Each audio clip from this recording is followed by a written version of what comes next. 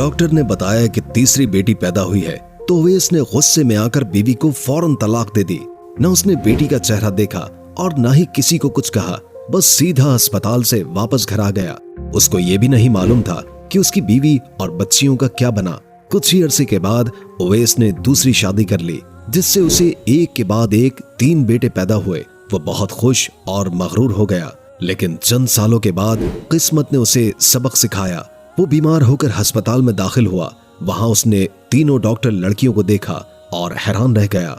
दोस्तों, आज की इस वीडियो में मैं आपको एक ऐसी सबक आमोज कहानी सुनाने जा रहा हूं जिसे सुनकर आप हैरत में पड़ जाएंगे और इसे आखिर तक देखने पर मजबूर हो जाएंगे। ये कहानी एक नर्स की जुबानी है। नर्स बताती है कि ओवैस नामी शख्स बड़ी बेचैनी से अस्पताल के कॉरिडोर में टहल रहा था। उसकी बीवी लेबर रूम में थी और 2 छोटी बच्चियां एक तरफ बेंच पर बैठी थी। ओवैस की मां उनके साथ थी और मुसलसल तस्बीह पर दुआ मांग रही थी कि पोता पैदा हो। ओवैस भी बेटे की ख्वाहिश में बेताब था और बार बार कहता, देखना अम्मा, इस बार बेटा ही होगा और मैं पूरे मोहल्ले में मिठाई बांटूंगा। ये सुनकर छोटी बच्चियों ने मासूमियत से कहा, बाबा हमें तो बहन चाहिए। ये सुनकर ओवैस गुस्से से उन्हें घूरता हुआ दोबारा टहलने लगता। अस्पताल में काफी देर से यही मंजर जारी था। तकरीबन 1 घंटे के बाद एक नर्स बाहर आई। उसके हाथ में एक बच्चा था जो चादर में लिपटा हुआ था। नर्स ने मुस्कुराते हुए कहा, मुबारक हो, आपकी बेटी पैदा हुई है। ये सुनना था कि ओवैस जो बच्चे को गोद में लेने के लिए आगे बढ़ा था रुक गया। वो 2 कदम पीछे हट गया और नफी में सर हिलाने लगा। उसकी सास ने तस्बीह एक तरफ रखी और गुस्से से बोली, मुझे तो तेरी बीवी से यही उम्मीद थी, बस हमारा बोझ बढ़ाए जा रही है। कैसी औरत है, एक पोता तक नहीं दे सकी। मैं तो खुशी के लिए तरस गई हूँ। वहीं बेंच पर बैठी दोनों बच्चियां अपनी बहन की खबर सुनकर खुशी से ताली बजाने लगी। वो खुशी से बोली, हमारी बहन आई है, हमारी बहन आई है। और फिर दोनों नर्स की तरफ दौड़ी। अपने नन्हे नन्हे हाथ आगे बढ़ाकर बच्ची को गोद में लेने की कोशिश करने लगी। नर्स हैरत से कभी ओवैस को, कभी उसकी माँ को और कभी उन बच्चियों को देख रही थी जो अपनी बहन की आमद पर बेहद खुश थी। नर्स ने दोबारा बच्ची को ओवैस की तरफ बढ़ाया, लेकिन उसने सख्ती से इनकार करते हुए कहा, मैं इसे गोद में नहीं लूंगा। ये मंजर हर देखने वाले के दिल को चीरने के लिए काफी था। ओवैस की माँ गुस्से से खड़ी हुई और कहने लगी, मैं तो घर जा रही हूँ, तू इस फसाद को निपटाकर घर आ जाना। तेरी खाला फिर तुझे फोन करके पूछेगी कि पोता हुआ कि नहीं। मैं तो किसी को मुंह दिखाने के लायक ही नहीं रही। हर बार यही कहना पड़ता है कि बच्ची हुई है।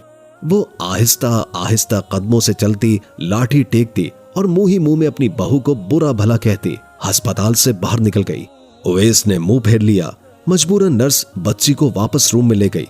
बाप के इस रवैये से नर्स का दिल भी दुख से भर गया था और वो इस बेगुनाह बच्ची के बारे में सोचने लगी जिसने अभी दुनिया में कदम ही रखा था और पहले ही बाप के प्यार से महरूम हो गई थी। तकरीबन 1 घंटे के बाद ओवैस को उसकी बीवी सकीना से मिलने की इजाजत हुई। वो कमरे में गया और दोनों बच्चियों को अपनी माँ के बिस्तर पर बिठा दिया। सकीना, जो बेटे की ख्वाहिश से ओवैस की जिद को जानती थी, मुस्कुराते हुए उसे देख रही थी। उसे यकीन था कि बेटी होने के बावजूद ओवैस उससे मुंह नहीं मोड़ेगा। बेटा सकीना भी चाहती थी, लेकिन बेटियां भी उसके दिल के करीब थी। वो जानती थी कि ये मासूम बच्चियां उसके वजूद का हिस्सा हैं, लेकिन ओवैस ने उस पर जो जुल्म किया वो नाकाबिले बर्दाश्त था। उसने सख्त लहजे में सकीना को तलाक के 3 अल्फाज कहे और कमरे से ये कहकर निकल गया, अब तो इन 3 बच्चियों के साथ मुकम्मल तौर पर आजाद है, जहां चाहे जा सकती है। ओवैस ने सकीना से अपना हर ताल्लुक खत्म कर लिया था और सकीना का कसूर सिर्फ यही था कि उसने बेटी को जन्म दिया था। बदकिस्मत ओवैस ये समझ ही नहीं सका कि बेटियां अल्लाह की रहमत होती हैं। तलाक के इन तल्ख अल्फाज ने सकीना के होश उड़ा दिए थे। कुछ ही देर पहले सकीना जिंदगी और मौत की कशमकश से गुजरकर शदीद तकलीफ बर्दाश्त करके एक नन्ही सी जान को दुनिया में लाने में कामयाब हुई थी। जल्दी जल्दी बच्चों की पैदाइश की वजह से उसके जिस्म में खून की शदीद कमी हो गई थी और डॉक्टर्स ने बड़ी मुश्किल से उसका केस संभाला था। अभी तो उसकी हालत कुछ बेहतर हुई थी, लेकिन वो अंदर से खुश थी कि उसने एक नई जिंदगी को जन्म दिया। सकीना को यह नहीं मालूम था कि ये दुनिया इतनी बेरहम हो सकती है। उसे लगता था कि बेटे की ख्वाहिश रखने वाला ओवैस अपनी बेटी को भी दिल से कबूल करेगा, जैसे उसने पहली 2 बेटियों को अपनाया था। लेकिन आज ओवैस ने साबित कर दिया कि वो एक कमजोर दिल इंसान है जो बेटी जैसी अजीम रहमत को समझने के काबिल ही नहीं। सकीना उसे पुकारती रह गई, लेकिन उवैस ने एक लम्हा जाया किए बगैर अपनी बीवी और तीनों बेटियों को अस्पताल के कमरे में तन्हा छोड़ दिया। वो कमरा जहां नर्स मौजूद थी जिसने सकीना की डिलीवरी के वक्त उसकी मदद की थी और ये खुशखबरी देने के लिए उवैस और उसकी मां के पास आई थी। नर्स ने सकीना के सर पर हाथ रखा और उसे हौसला देने की कोशिश की। 45 साला नर्स सकीना के गम को गहराई से समझ सकती थी, लेकिन सकीना की आंखों से बहते आंसुओं को रोकने वाला कोई मरहम मौजूद नहीं था। कोई तसल्ली उसकी अजियत को कम नहीं कर सकती थी। सकीना की तीनों बेटियां बाप की मोहब्बत और सरपरस्ती से महरूम हो चुकी थीं। उसके दामन पर तलाक का दाग लग चुका था और वो बेयारो मददगार हो गई थी। उसके मैके में भी उसके लिए कोई जगह नहीं थी। शादीशुदा भाई से कबूल करने को तैयार न थे और भाभियां उसे घर में दाखिल होने देना भी नहीं चाहती थीं। इन बच्चियों और तलाक के दाग के साथ सकीना को कोई कबूल करने को तैयार न था। वो नर्स का हाथ पकड़कर बिलक बिलक कर रोने लगी। दूसरी तरफ उवैस बीवी को तलाक देकर घर पहुंचा तो उसकी मां ने पूछा, अब क्या करना है सकीना और उसकी बच्चियों का? वो न जाने कब तक हमें खुशियों के लिए तरसाती रहेंगी। उवैस ने गुस्से में जवाब दिया, मैंने सकीना को तलाक दे दी है। मुझे ऐसी औरत नहीं चाहिए जो सिर्फ बेटियां पैदा करे। अब मैं किसी ऐसी औरत से शादी करूंगा जो मुझे बेटा दे। उवैस ने अपनी बात जारी रखते हुए कहा, मेरे दोस्त मेरा मजाक उड़ाते हैं, कहते हैं कि तूने बेटियों की कतार लगा रखी है। बेटा होगा तो तेरा सहारा बनेगा। अगर मैं तीसरी बेटी की खबर सुनाता तो वो मुझ पर और हंसते, इसलिए मैंने इस मामले को अस्पताल में ही खत्म कर दिया। अब देखना, जिस औरत से मैं शादी करूंगा वो मुझे बेटा ही देगी। ये सुनकर उवैस की मां कुछ देर खामोश रही, लेकिन फिर उसे लगा कि बेटे ने बिल्कुल सही फैसला किया है। उसने कहा, हाँ ठीक किया है तूने। उन तीनों बच्चियों का बोझ उठाने की क्या जरूरत थी? अब मैं तेरे लिए कोई अच्छी लड़की देखूंगी। गरीब और शरीफ समझकर सकीना को बहू बनाया था, लेकिन वो तो हमारे लिए मुसीबत ही बन गई। उवैस की मां ने बेटे की इस गलत हरकत पर उसका भरपूर साथ दिया और नई लड़की की तलाश शुरू कर दी। आस पड़ोस और मोहल्ले वालों को जब सकीना और उवैस की तलाक का इल्म हुआ तो सबको सकीना और उसकी बेटियों के लिए बेहद अफसोस हुआ। हर कोई सकीना की नेकी, उसकी फितरत की अच्छाई और कुर्बानियों से वाकिफ था। बेटियां पैदा करने में सकीना का कोई कसूर नहीं था और ये बात मोहल्ले वालों को अच्छी तरह समझ आ रही थी। लेकिन अगर कोई इस हकीकत को नहीं समझता था तो वो उवैस था, जिसने बेटी पैदा होने पर सकीना को तलाक दे दी थी। उवैस की मां ने उवैस के लिए नई बीवी की तलाश शुरू कर दी। कुछ ही अरसे के बाद उन्हें मनाहिल मिल गई, जो उनकी एक दूर की जानने वाली थी। मनाहिल बहुत ही खूबसूरत और दिलकश लड़की थी, लेकिन किसी वजह से उसका रिश्ता नहीं हो पा रहा था। जब उवैस की मां ने मनाहिल के घर वालों से रिश्ता मांगा तो उन्होंने बगैर किसी हिचकिचाहट के फौरन ये रिश्ता पक्का कर दिया। ना तो ये सवाल उठाया गया कि उवैस पहले से शादीशुदा और 3 बच्चियों का बाप था, और ना ही ये सोचा गया कि मनाहिल कंवारी थी। इस बेजा जल्दबाजी पर उवैस की खाला और कुछ रिश्तेदारों ने उवैस की मां को समझाने की कोशिश की। उन्होंने कहा, देखो, सोच समझकर फैसला करो। सकीना जैसी अच्छी और नेक लड़की को छोड़कर तुमने पहले ही बहुत बड़ी गलती की है। अब अगर कोई गलत इंतखाब किया तो तुम्हारा घर तबाह हो जाएगा। कुछ लोगों ने दबे लफ्जों में उवैस और मनाहिल की शादी करने के लिए उन्हें रोकने की भी कोशिश की, लेकिन उवैस की मां मनाहिल की खूबसूरती पर फिदा हो चुकी थी। उसे सिर्फ ये नजर आ रहा था कि मनाहिल उनके घर की जीनत बनेगी और वो किसी की बात सुनने को तैयार न थी। मनाहिल सकीना से ज्यादा खूबसूरत और कम उम्र थी और उवैस भी उसकी खूबसूरती पर दिल हार बैठा था। जल्द ही उवैस और मनाहिल की शादी हो गई। ये एक तल्ख हकीकत थी कि हमारे माशरे में मर्द को दूसरी शादी के लिए फौरन औरत मिल जाती है, लेकिन औरत खास तौर पर बच्चों के साथ सारी जिंदगी मुश्किलात और तन्हाई का सामना करती है।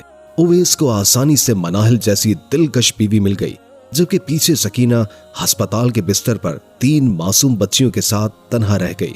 उसकी हालत देखकर वो नर्स जो उस वक्त उसके सरहाने खड़ी थी उसे तसल्ली देने लगी। नर्स ने सकीना के सर पर शफकत से हाथ रखा और कहा, बेटी, मैं अकेली रहती हूँ। मेरे पास एक छोटे से कमरे का मकान है, तुम मेरे साथ चलो, मैं तुम्हें अपने पास रख लूंगी। नर्स के दिल में सकीना के लिए बेहद रहम था। उसने कभी सोचा भी नहीं था कि कोई शौहर अपनी बीवी को ऐसे हाल में तलाक दे सकता है, खास तौर पर जब वो नई जिंदगी की इब्तिदा कर चुकी हो। नर्स ने तो कई मर्तबा बेटी पैदा होने पर शौहरों को गुस्सा करते और बुरा भला कहते हुए देखा था, लेकिन इतनी जल्दी और बेरहम तलाक का फैसला उसके लिए भी हैरान कुन था। नर्स की पेशकश पर सकीना ने हैरत से उसे देखा। नर्स ने हमदर्दी से कहा, कई साल पहले मेरी भी शादी हुई थी। मैं भी अपनी शादीशुदा जिंदगी में बेहद खुश थी, लेकिन मेरी औलाद नहीं हो सकी। सकीना ने नर्स की बात गौर से सुनी। नर्स की आंखों में हमदर्दी और सच्चाई झलक रही थी। उसने कहा, मेरे शौहर ने भी मेरी इस कमी को कबूल नहीं किया और मुझे तलाक दे दी। मैं जानती हूँ कि तलाक के बाद एक औरत को कैसी मुश्किलात का सामना करना पड़ता है। मैंने भी तन्हाई और दरबदर की ठोकरें खाई, फिर नर्सिंग का कोर्स शुरू किया और यहाँ इस अस्पताल में नौकरी मिल गई। नर्स ने मजीद कहा, अब मैं एक छोटे से कमरे में रहती हूँ। तुम चाहो तो मेरे साथ रह सकती हो। तुम्हारी बेटी बहुत प्यारी है, मैं इसे अपनी औलाद की तरह प्यार दूंगी। इससे मेरी कमी भी दूर हो जाएगी और तुम्हें भी एक नया सहारा मिल जाएगा। सकीना के पास उस वक्त कोई और रास्ता नहीं था। उसके मैके में उसे कबूल करने वाला कोई नहीं था और न ही वो अपनी 3 बच्चियों के साथ कहीं और जा सकती थी। लेकिन एक गैर औरत पर भरोसा करना भी आसान नहीं था। नर्स की पेशकश पर गौर करते हुए सकीना ने उसकी आंखों में देखा। उसे नर्स की बातों में सच्चाई नजर आई और वो इस नतीजे पर पहुंची कि शायद यही उसके लिए बेहतर है। अस्पताल से छुट्टी के बाद सकीना अपनी 3 बच्चियों के साथ नर्स के घर चली गई। वहां उसने अपनी जिंदगी की नई शुरुआत की। सकीना को सिलाई का हुनर आता था और वो इसी हुनर की मदद से अपनी जिंदगी गुजारने लगी। नर्स ने भी उसका भरपूर साथ दिया और हर मुश्किल घड़ी में उसकी मदद की। उवैस ने मनाहिल से शादी करके अपनी नई जिंदगी का आगाज किया था, लेकिन सकीना की जिंदगी में एक नया सुकून आ चुका था। उसकी बच्चियां स्कूल जाने लगी थी और सकीना ने कपड़ों की सिलाई का काम शुरू कर दिया था। नर्स, जो अब सकीना की जिंदगी का हिस्सा बन चुकी थी, अस्पताल से वापस आकर बच्चियों की खूब देखभाल करती और उन्हें दिल से प्यार देती। बच्चियां भी नर्स को नानी कहकर पुकारती और यूं एक छोटा सा खानदान मुकम्मल हो गया था। सकीना ने यह महसूस किया कि उसका दिल अब कभी ये नहीं कहता कि वो एक गैर औरत के घर में रह रही है। नर्स की मोहब्बत और हमदर्दी ने उसके दिल में एक नया सुकून पैदा कर दिया था। वो अपनी 3 बच्चियों के साथ एक नया खानदान बनाने में कामयाब हो गई थी। नर्स एक नेक और बाकिरदार औरत थी और उसकी नेक नियति ने सकीना को एक नया सहारा दिया था। सकीना की जिंदगी में अल्लाह की रजा और उसके इनामात की झलक नजर आ रही थी। वो अब इज्जत और सुकून से अपनी जिंदगी गुजार रही थी। जबकि दूसरी तरफ उवैस और मनाहिल की शादी के बाद उवैस की जिंदगी में एक नया बाब खुला था। मनाहिल की खूबसूरती और चालाकियों ने उवैस को मुकम्मल तौर पर अपने जाल में फंसा लिया था। वो अब अपनी माँ को पूछता तक नहीं था। उसकी माँ दिन भर ताने सुनती रहती और घर के कामों में लगी रहती। लेकिन कुछ ही दिनों के बाद उवैस की माँ को सकीना की याद सताने लगी, क्योंकि सकीना ने कभी अपनी सास से ऊंची आवाज में बात नहीं की थी। इसके बरक्स मनाहिल न सिर्फ चीख कर बात करती थी, बल्कि हर बात पर उवैस की माँ को जलील भी किया करती थी। उसके बाद जब मनाहिल हामला हुई, उवैस के दिल में बेटे की उम्मीद जाग उठी। खुदा का करना, मनाहिल के यहाँ बेटा पैदा हो गया।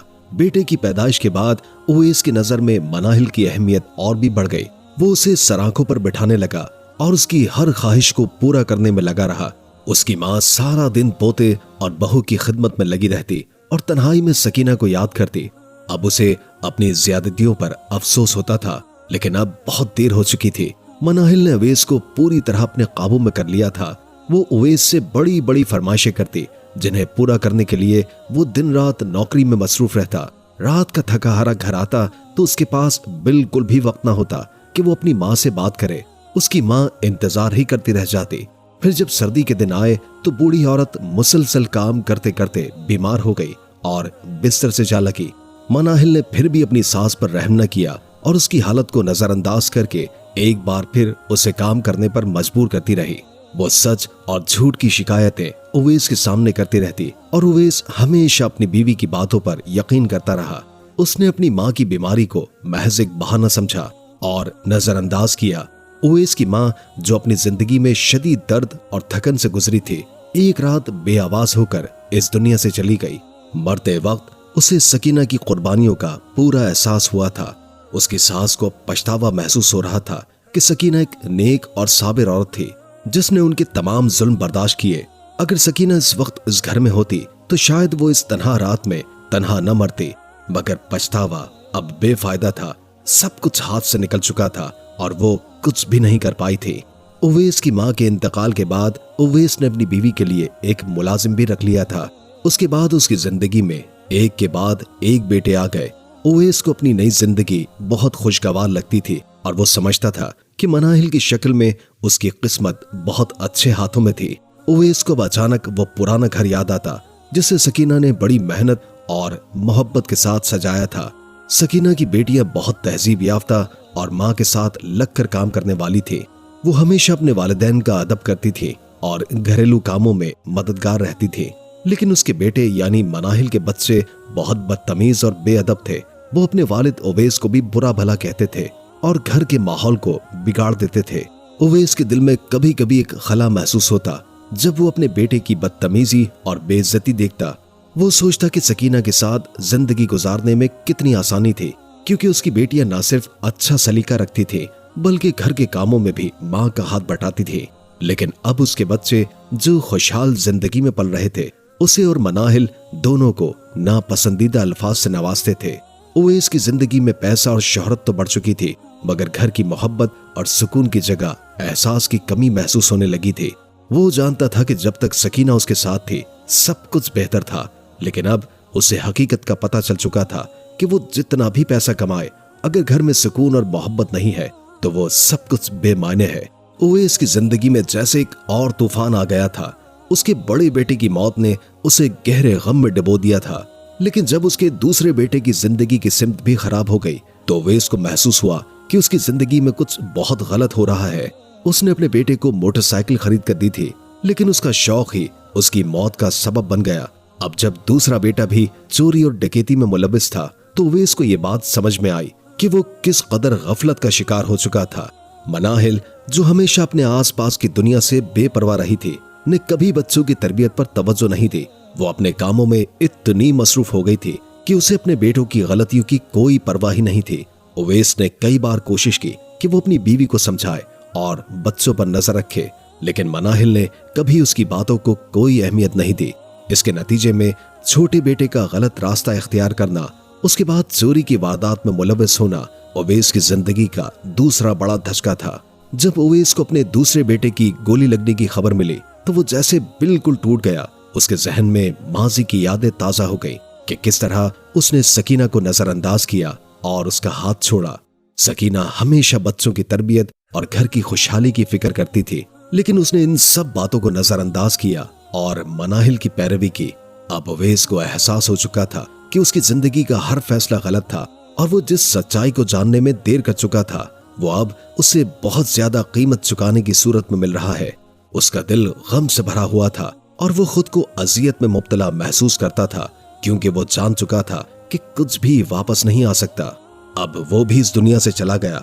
ओवैस ने एक के बाद एक अपने दोनों बेटों को खो दिया था। दूसरे बेटे के इंतकाल पर ओवैस और मनाहिल के बीच झगड़ा हुआ। ओवैस का ख्याल था कि उसके बच्चों का ये हाल मनाहिल की लापरवाही की वजह से हुआ है, जबकि मनाहिल ने साफ लफ्जों में कह दिया था, तुम्हें बेटे चाहिए थे, मैंने दे दिए, इससे ज्यादा मैं और क्या कर सकती थी? मैं तो तुमसे शादी ही नहीं करना चाहती थी, ये सब मेरे घर वालों ने जबरदस्ती करवाया था। उसके बाद मनाहिल ने एक ऐसा सच जाहिर किया जिसे सुनकर ओवैस दंग रह गया। उसने बताया कि वो किसी और को पसंद करती थी और वो आज भी उसी के साथ ताल्लुक में है। ओवैस को ऐसा लगा जैसे उसके सर पर आसमान गिर गया हो, क्योंकि मनाहिल की अगली बात इससे भी ज्यादा चौंका देने वाली थी।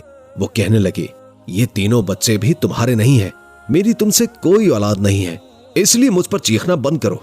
ये सुनकर ओवैस को एहसास हुआ कि उसने किस कदर गलत लड़की का इंतखाब किया है। उसे समझ आया कि मनाहिल के घर वालों ने इतनी जल्दी क्यों रुखसत किया था, क्यों आज तक उनके घर से कोई पलटकर उसे मिलने नहीं आया था। वो खूबसूरत तो थी लेकिन नेक सीरत नहीं। वो गुनाहों के दलदल में डूबी हुई लड़की थी जो किसी और के इश्क में मुब्तला थी। जब ओवैस को मनाहिल का पूरा सच पता चला तो उसने मनाहिल को तलाक दे दी। बाद में उसे मालूम हुआ कि मनाहिल का शादी से पहले किसी एक से नहीं बल्कि कई लड़कों से ताल्लुक था। उसके घर वाले उसकी बदनामी से परेशान थे और कोई भी मनाहिल को अपने घर की बहू नहीं बनाना चाहता था। ओवैस की माँ को इन सब बातों का इल्म नहीं था, लेकिन वो मनाहिल को रुखसत करवा लाई थी। मनाहिल अपना तीसरा बेटा ओवैस के पास छोड़कर चली गई थी, जो शायद उसका भी बेटा नहीं था।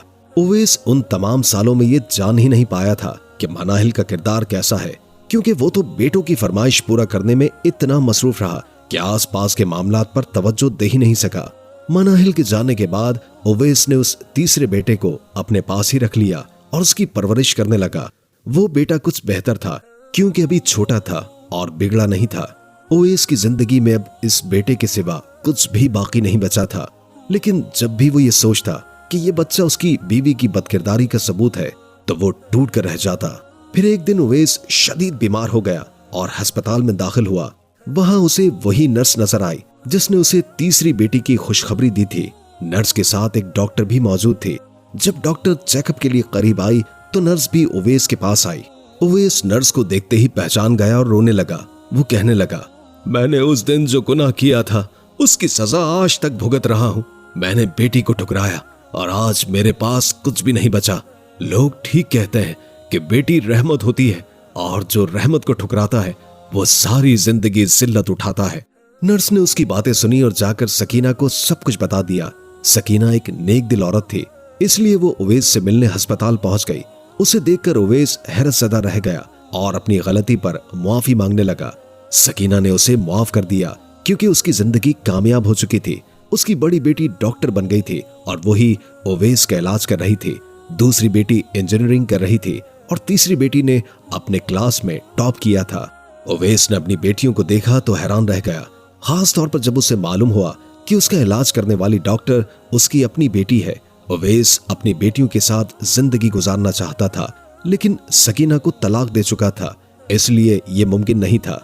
बेटियां भी उसके साथ नहीं रहना चाहती थीं। उवैस ने वादा किया कि वो अपनी बेटियों की शादी का खर्चा उठाएगा, लेकिन सकीना ने साफ इनकार कर दिया। उसे या उसकी बेटियों को उवैस के पैसों की कोई जरूरत नहीं थी। सकीना ने उवैस को सिर्फ इतनी इजाजत दी कि वो जब चाहे अपनी बेटियों से मिल सकता है।